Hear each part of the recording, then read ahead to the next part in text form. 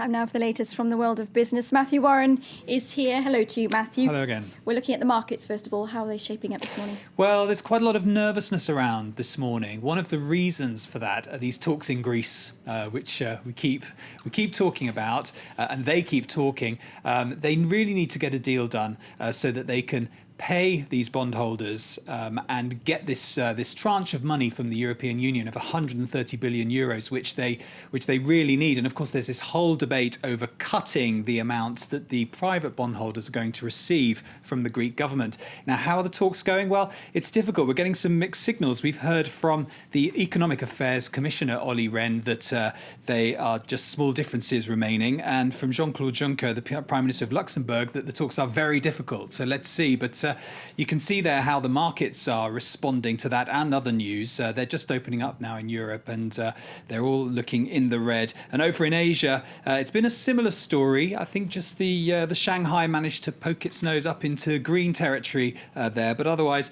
bit of nervousness generally. And time, of course, running out for Greece. The deadline the 20th of March. Absolutely. So they've got to get their skates on now. One of the frequently repeated claims surrounding Facebook's upcoming IPO is that 1,000 people will become overnight millionaires, including all the company's employees.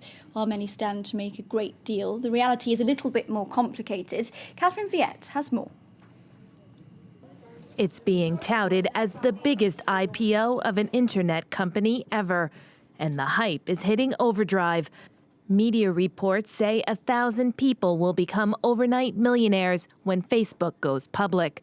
For that to be true, every one of the company's 700 employees as of the end of 2008, along with hundreds of other employees and investors, would have to hold shares worth at least $1 million or more.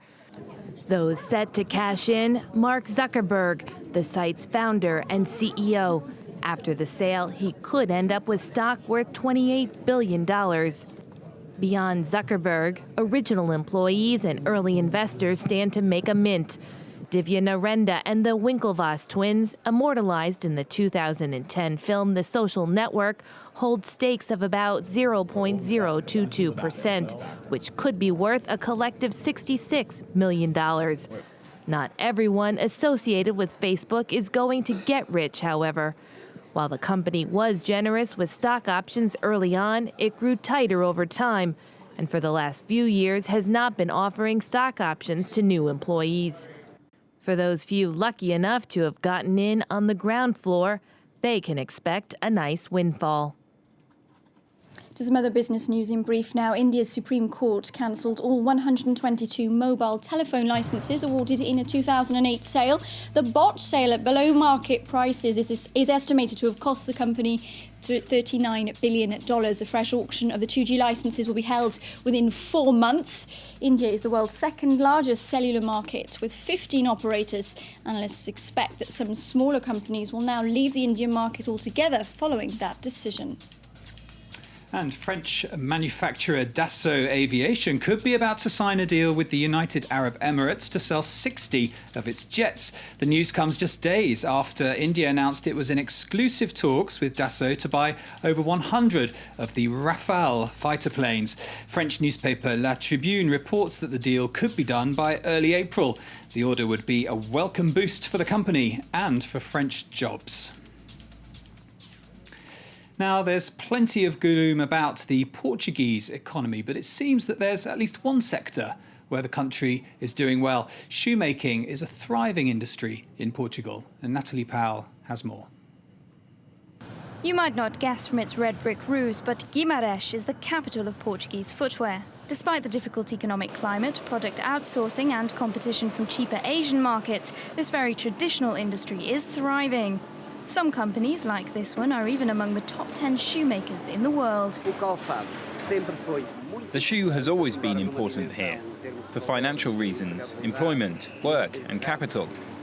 It's a very typical industry in the north of the country. Portugal is home to 1,400 footwear companies, which employ around 40,000 people and have a turnover of more than €1 billion a year. And the secret of their success? Skilled labour, diverse brands and new technologies. This industry has not lost out to competition. What separates it from other sectors is that it's managed to remain attentive to fashion and design. But that's not all. Shoe companies have also found niche areas, such as footwear for the elderly. These make up 95% of shoe exports. Here in Guimarães, shoemaking has become a way of life. This is an innovative and reliable industry. It pays close attention to the market and the demands of other countries. They trust us, so we have a reputation to live up to. This industry is perhaps the only ray of light in an otherwise bleak picture for the Portuguese economy. The country is dependent on international support, unable to pay its debts, and is under a strict austerity plan. But Portugal's footwear companies will hope to continue making great strides amid the economic gloom. Shoes bucking the trends in Portugal there. Now, Anglo-Swiss mining company Xstrata and commodities trading house Glencore may be on the point of a merger. If combined, the two companies would create an $80 billion commodities giant. Xstrata said on Thursday that Glencore has until March the 1st to confirm whether it will make an offer, although a deal could be announced as soon as next week. Analysts say any deal could shake up the entire mining sector and lead to a wave of mergers. Markets reacted positively to the news. Shares of Xstrata were up almost 10%, while those in Glencore moved by 7%. Now, Sunday is a big sporting event in the US and a major day for advertisers, Matthew. It is. It's the biggest day in the sporting calendar in the US because it's Super Bowl Sunday. You're a Super Bowl fan, Becky? The main thing I remember about Super Bowl was Janet Jackson's wardrobe malfunction. Well, very good point, because as you say, it's not just a sporting event, it's also a big music event. Stars as well, yeah. Huge music event. And in fact, it's Madonna this time who's performing. And she's actually said that she's more nervous about this than she's been about anything before. But she also said, relating to that Janet Jackson moment, there's going to be no wardrobe malfunction. She's promised that. Didn't Britney Spears kiss Madonna at a Super Bowl? I think There's as well. some scandal. I think so, yeah. So it's New York Giants and New England Patriots now, as well as the sport and as well as Madonna. It's also the advertising that's big. To buy a 30-second spot in the Super Bowl, it costs around $3.5 million. That means that companies really want to make sure they get a lot of value. So a lot of them will be using celebrities in their spots. And one of them that they're using this year is Matthew Broderick, who you might remember from Ferris Bueller's Day Off and lots of other films, of course. Yeah. But this ad for Honda is one that takes that Ferris Bueller's Day Off and updates it a little bit. Let's have a look.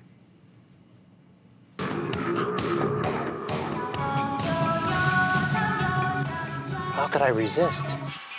Look, I don't know what to tell you. He's sick. Actors get sick sometimes.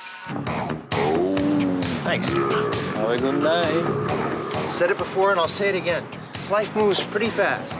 If you don't stop and look around once in a while, you could miss it. Get going in the all-new CR-V from Honda. Almost makes me want to buy a Honda. Almost. Well, he's not the only one. There's Jerry Seinfeld, Jay Leno, a lot packed with celebrities, lots of them. The other thing about Super Bowl is the ads really are part of the whole event.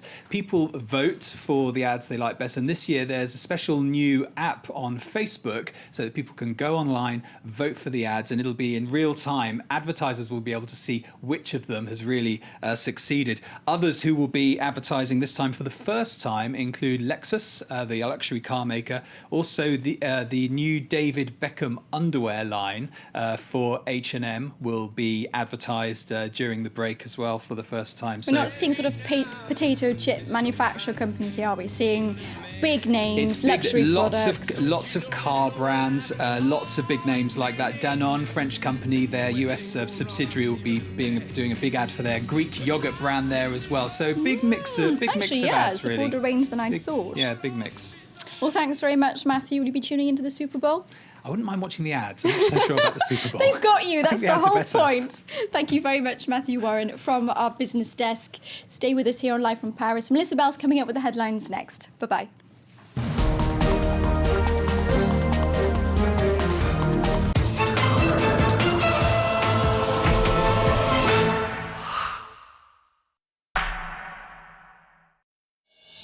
Live from our studio, a debate on the subject of the day with experts, newsmakers and observers. For political or economical issues and questioning society, join us for analysis and in-depth talk. The Debate, Monday to Thursday at 7 p.m. Paris time on France 24.